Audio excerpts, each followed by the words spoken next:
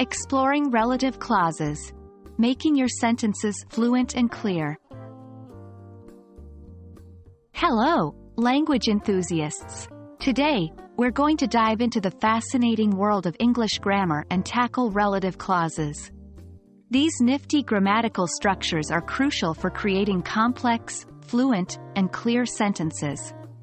Stick around, because by the end of this video, you'll be crafting your own sentences with relative clauses like a pro. Before we jump into exercises, let's quickly revise what relative clauses are. Relative clauses are parts of a sentence that describe or provide additional information about something mentioned in that sentence. They're often introduced by relative pronouns like who, which, that, etc. For example, in the sentence, "The woman who is wearing a red dress is my aunt," "who is wearing a red dress" is a relative clause.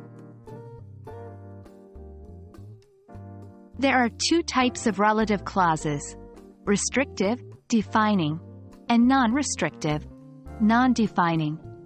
Restrictive relative clauses provide essential information about the noun they're referring to.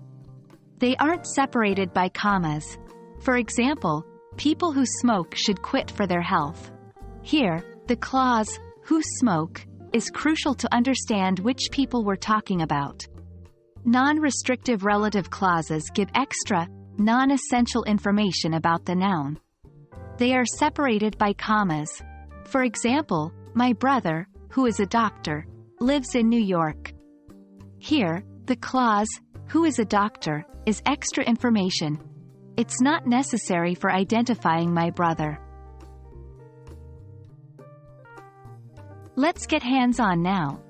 Here's a fun activity for you to practice. 1. Fill in the blanks with appropriate relative pronouns. Take sentences like, "The book __ you gave me is fantastic," or "This is the girl __ helped me yesterday," and fill in the gaps with suitable relative pronouns. 2. Creating your own sentences. This exercise requires a bit more creativity. Try to create your own sentences using both restrictive and non-restrictive relative clauses.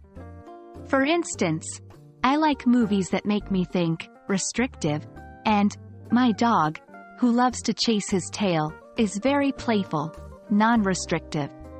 Remember, practice is key. So, the more you write, the better you'll get at using relative clauses. Once you've completed these exercises, try to evaluate your sentences. Check if the relative clauses are grammatically correct and make sense in context. Also, remember the distinction between restrictive and non-restrictive relative clauses. Have you used commas correctly to separate non-restrictive clauses? It's these little things that can make a big difference. And there you have it, folks. We've covered relative clauses, done some writing exercises, and learned about assessing our sentences. Remember, English grammar may seem tricky at times, but it gets easier the more you practice. So, keep writing, and you'll master relative clauses in no time.